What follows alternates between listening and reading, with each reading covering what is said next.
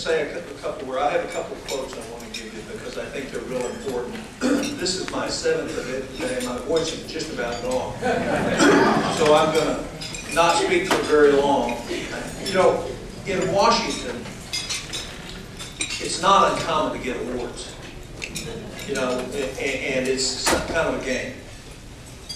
In 6 years in the House, in 4 years in this, 4.5 years in the Senate, I've never got anything as important to me as this award.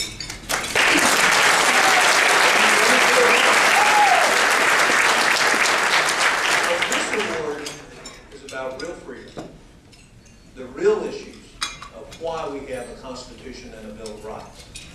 And this represents that we've made some progress in protecting it. That's why it is important. So, Larry and all the associates, and John, everything you do. I have this wonderful young man. His name's Hendrik Vanderhart. Gun Owners American know him. He's a bulldog for the Second Amendment, and I let him loose. And what we've done is build a coalition across the House and the Senate for people who really believe in the Second Amendment, not those who say they believe in the Second Amendment. And consequently, when we offered this amendment, there was another organization that didn't want us to offer it because we couldn't win it. We offered it anyway, because we knew there wasn't a better chance for us ever to start protecting our rights. You know, we have a new Supreme Court justice, and I happily sought conversations with her in the hopes that her opinion about our Constitution would be different than what I thought it was. And as I questioned her during the judiciary hearings, it became very obvious that she would not and could not answer the fundamental question about whether or not we have a right, a fundamental human right to defend ourselves, which predates our Constitution. Our Constitution is based on that underlying human rights assumption. And regrettably, she's not going to be a friend of us on the court. But there is a rumbling apace in America. And it's a yearning for freedom. It's a recognition by those of us a little bit older that things have gotten out of hand. One, that our freedoms are far less than what they were when we were 20. And it's time for us to take them back.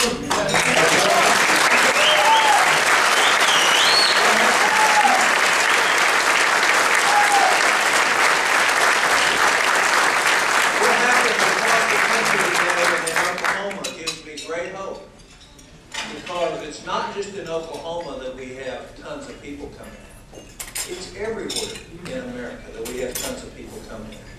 And it doesn't matter if they're Democrats or Republicans, they all sense and feel the same thing. Liberty's being sacrificed for the sake of expediency. And they know that, their gut tells them that, and they're reaching back and saying, not on my watch. And that's what Gun Owners of America is about.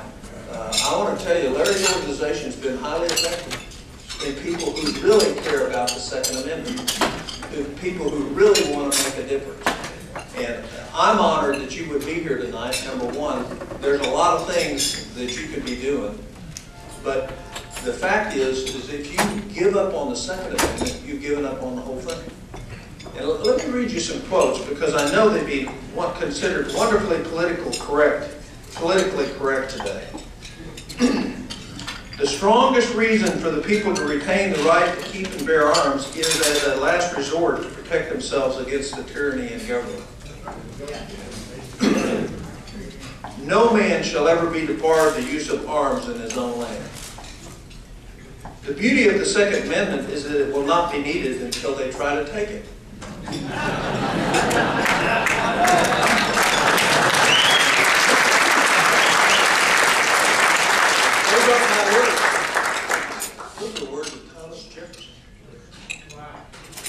Now think about it.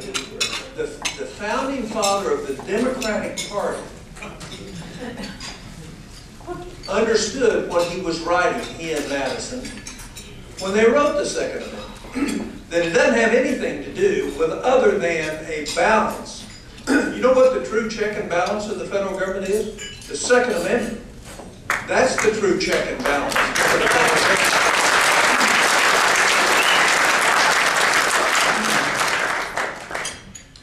The simple fact is the right to bear arms, thank you so much, is one of the, if not the most important guarantee we have. How is it that we have a right of privacy that's never mentioned in our Constitution or our Bill of Rights, that is totally supported by the Supreme Court, but the right to bear arms, which is specifically mentioned, gets ignored by our courts? And that's why the selection of judges is so important. If we're to win, we have to have organizations like GOA, but we have to return to the leadership. The elections matter on the basis of who gets in to nominate the judges. And we have to return that to the control of an individual that's going to put somebody who understands what the Constitution's about and what its intent was, not how it's a living, growing document that will marginalize itself on the rationalization of today's standards. So my hope is that you will continue to support GOA, that you will recognize how effective they have been in Washington. You know, when the amendments on the guns in the park came through, you didn't see GOA's name mentioned. You saw NRA's. NRA tried to block me from offering this amendment. GOA encouraged me. They didn't say anything about not getting the recognition, but the fact is the real gun lobby in Washington is the GOA. Your rights are secure with them. They are consistent. They're all business. They're not about playing games or looking good. They're about protecting the Second Amendment. I am honored to receive this award. I appreciate the efforts that this organization does. And my hope is that we're going to move strongly forward through the rest of the year. We got a couple more surprises ready for the U.S. Senate on the Second Amendment. And just wait till they get there. It'll be an enjoyable time as NBC and MSNBC have apoplexy over what we're doing in the